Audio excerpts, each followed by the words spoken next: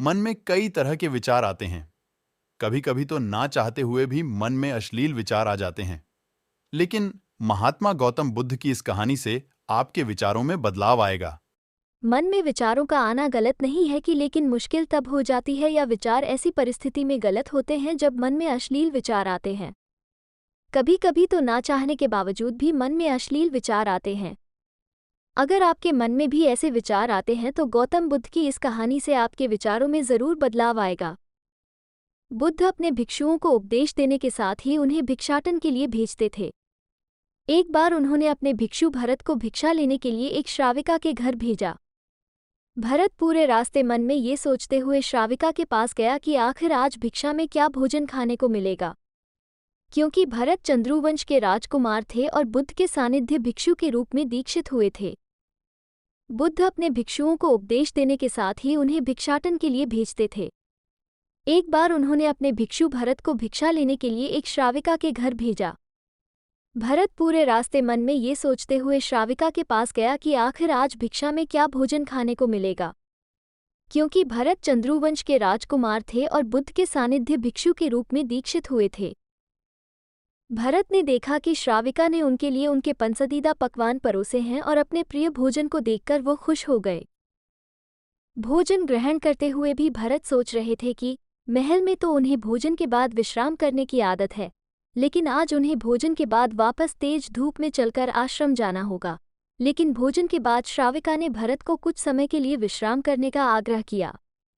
भरत फिर से खुश हुए कि आखिर आज उनके मन की सारी इच्छाएं कैसी पूरी हो रही है। इसके बाद भरत कुछ देर विश्राम करने लगे।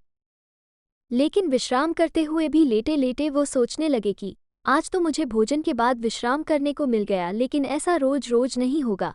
जब भरत विश्राम के बाद उठे तो श्राविका ने कहा कि आप जब तक चाहे यहाँ ठहर सकते हैं।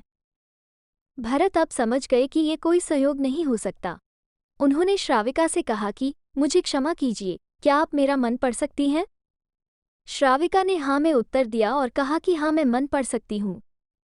शुरू में ये कठिन था, लेकिन फिर मैंने स्वयं के मन विचारों को देखना शुरू किया। पहले मेरे विचारों की संख्या अनगिनत हुआ करती थी। इसके बाद मैंने विचारों पर ध्यान केंद्रित किया, बिना पक्ष विपक्ष के अपने विचारों को देखने लगी।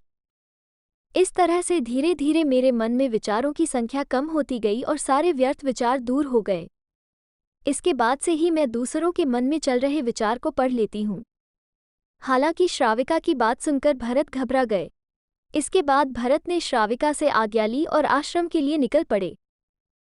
रास्ते में भी भरत फिर से मन में आए विचारों का स्मरण करने लगे कि श्राविका के बारे में उसके मन में अश्लील विचार भी आए थे। श्राविका ने उसे भी जान लिया होगा, वो मेरे बारे में क्या सोचती होगी।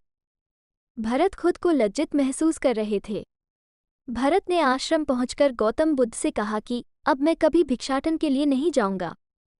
बुद्ध ने भरत को पास बुलाया और कहा कि क्या हुआ है, तुम मुझे सारी व्यथा बताओ। भरत ने सारी बातें बुद्ध को बताई। इसके बाद बुद्ध ने कहा कि अगले 1 हफ्ते तक तुम भिक्षाटन के लिए उसी श्राविका के घर पर जाओगे। अगले दिन भरत भिक्षाटन के लिए गए। बुद्ध के बताए अनुसार वह पूरे रास्ते अपने होश को जागृत रखते हुए चल रहे थे। जब श्राविका का घर आया तो भरत ने भिक्षा मांगी। उसके भीतर कोई वासना नहीं थी और ना ही कोई विचार उत्पन्न हो रहे थे, क्योंकि उसने अपने मन को पूरी तरह जागृत रखा था। भरत ने भिक्षा ली और आश्रम चला गया। भरत ने बुद्ध को प्रणाम किया और कहा कि आज उसे जिस आनंद की अनुभूति हुई वो पहले कभी नहीं हुई।